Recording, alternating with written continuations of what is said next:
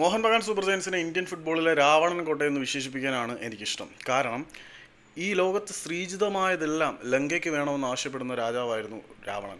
ലോകത്ത് ഏറ്റവും ശ്രേഷ്ഠമായത് എവിടെയുണ്ടെങ്കിലും അത് ലങ്കയിലേക്ക് അയാൾ പറിച്ചു കൊണ്ടുവരും. പുഷ്പകവിമാനവും അങ്ങനെ സീതയൊക്കെ അപഹരിച്ചു കൊണ്ടുവന്നത് ഏറ്റവും സ്ത്രീത്വമുള്ളത് ലങ്കയ്ക്ക് വേണം എന്നുള്ള വാശിയിലായിരുന്നു.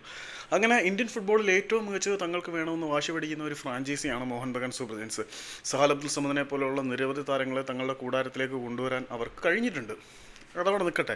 ഞാനിപ്പോൾ പ്രധാനമായിട്ടും അപ്പുയ്യയുടെ കാര്യം, അങ്ങനെ എത്ര താരങ്ങളുടെ പട്ടിക നമുക്ക് എടുത്ത് കാണിക്കാൻ പറ്റും.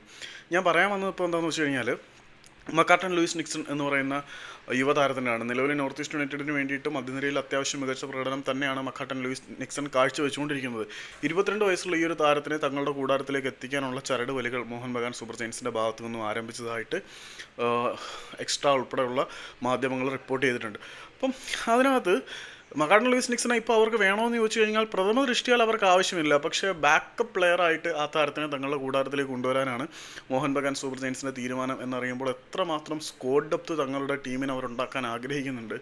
ശ്രീജിതമായതെങ്കും ഇന്ത്യൻ ഫുട്ബോളിലെ വിലപിടിപ്പുള്ളതെല്ലാം തങ്ങളുടെ കൂടാരത്തിലേക്ക് എത്തിക്കാൻ അവർ ആഗ്രഹിക്കുന്നുണ്ട്. അത് ലങ്കയാണെങ്കിൽ ഇത് ഇന്ത്യൻ ഫുട്ബോളിലെ ലങ്കയും രാവണൻ കോട്ടയും ഒക്കെയാണ്.